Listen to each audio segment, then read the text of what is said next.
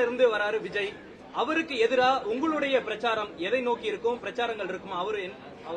பிரச்சாரத்தை நான் செல்லும் போது எப்படி 1996ஆம் ஆண்டு நான் பிரச்சாரம் செய்தேனோ அந்த மாதிரி அது எந்த அளவுல என்னால் தாக்க வேண்டியது, எதை தாக்க வேண்டியது, எப்படிப்பட்ட தலைவர் உருவாக்க வேண்டியது, எதை பொறுப்பா பேசுறாங்க, எது பொறுப்பில்லாம் பேசுறாங்க, எதை மக்களுக்கு கற்றுத்தர விரும்புகிறார்கள், எல்லாத்தையும் விலாவரியா எடுத்து சொல்கின்ற தன்மையும் இருக்கிறது. I won't hit below the belt, but I'll say it very straight. I'll call a spade a spade. You will know how I'll campaign against all this. மதிப்பீடு ஒண்ணுமே கிடையாது, தலைவனே கிடையாது. இல்ல ஃபீல் பண்றது எல்லாரும் ஃபீல் பண்றாங்க. நீ பதில் சொல்றீங்க அமைதியா. உங்களோட தனிப்பட்ட முறையில என் தனிப்பட்ட முறையில அவங்களுடைய கருத்துக்களை கேட்பது என்னுடைய வேலை. ஏன்னா 35 ஆண்டுகள் பயணிச்சிருக்கேன் எல்லாரும் கூட.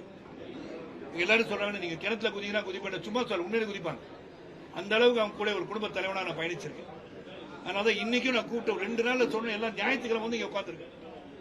ஆல்சோ திங்கிங் ஏதாச்சும் ஒன்று பண்ணணும், வேலை இல்லாம இருக்குமே, வேலை செய்யணுமே, அந்த தாக்கம் இருக்கு அவங்ககிட்ட. அந்த தாக்கம் இருக்கனாலதான் இங்க வராங்க. ஏதோ யார் வேணா முடிவு எடுக்கட்டும் அப்படின்னா வந்திருக்க மாட்டாங்கல்ல.